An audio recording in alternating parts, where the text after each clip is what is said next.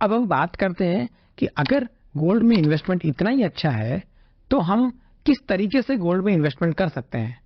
चाहे गोल्ड हो या सिल्वर हो, दोनों ही चीजों में इन्वेस्टमेंट के लिए ये ही मेथड काम में लिए जाते हैं। तो हम यहाँ पे गोल्ड को कॉन्टेक्स्ट बना के हम बात कर रहे हैं। गोल्ड में इन्वेस्टमेंट के 3 ऑप्शन है। पहला ऑप्शन फिजिकल गोल्ड, यानी हम किसी ज्वेलर पे, किसी बैंक के पास जाएंगे, गोल्ड खरीदेंगे और हम उसे हमारे लॉकर में, हमारे घर में रखेंगे। दूसरी बात, gold ETF, exchange traded fund के रूप में गोल्ड अवेलेबल होता है, या म्यूचुअल फंड में भी गोल्ड फंड्स होते हैं।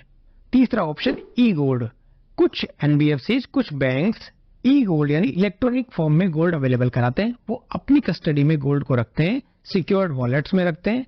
चौथा ऑप्शन है डेरिवेटिव कॉन्ट्रैक्ट्स के थ्रू, एमसीएक्स के थ्रू गोल्ड लेना। तो पहले ऑप्शन की अगर हम बात करते हैं तो जहां तक अगर आपको इमीडिएट फिजिकल गोल्ड की रिक्वायरमेंट नहीं है, किसी मैरिज के रिगार्डिंग, किसी फंक्शन के रिगार्डिंग, तो physical gold is a big no.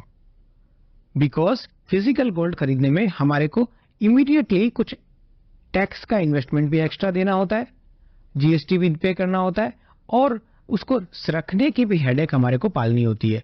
इसलिए physical gold is a big no until and unless you have immediate consumption।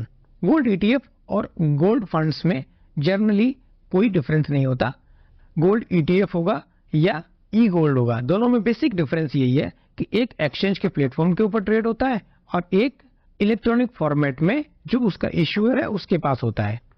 मैं पर्सनली गोल्ड ईटीएफ को या गोल्ड फंड्स को प्रिफर करता हूं, बिकॉज ये मेरे डीमेट में, मेरे कस्टडी में होता है, हमेशा मुझे पता होता है।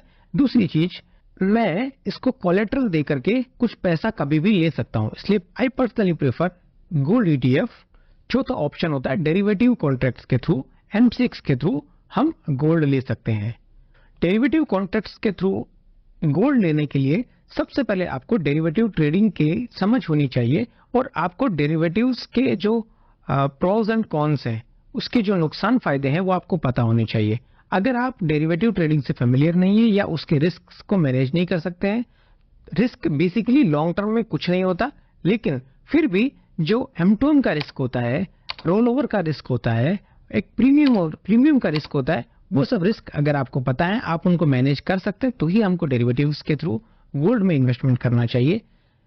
लेकिन पर्सनली मैं ऐसा फील करता हूं, अगर हमारे को गोल्ड की रिक्वायरमेंट लॉन्ग टर्म में है, 5 साल 10 साल बाद अगर हमारे को गोल्ड की रिक्वायरमेंट है, तो हमारे को हर भाव में गोल्ड इन्वेस्टमेंट करने का, कम पैसे में इन्वेस्टमेंट करने का डेरिवेटिव्स के थ्रू, एमसीएक्स के थ्रू एक बहुत बढ़िया ऑप्शन होता है।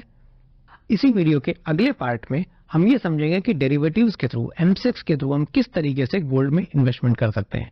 उम्मीद करता हूँ ये जानकारी आपको अच्छी लगेगी, और अगर ये वीडियो आपको पसंद आता तो वीडियो को लाइक कीजिए, चैनल पर पहली बार आए तो चैनल को सब्सक्राइब कीजिए और इस वीडियो को अपने दोस्तों के साथ शेयर कीजिए।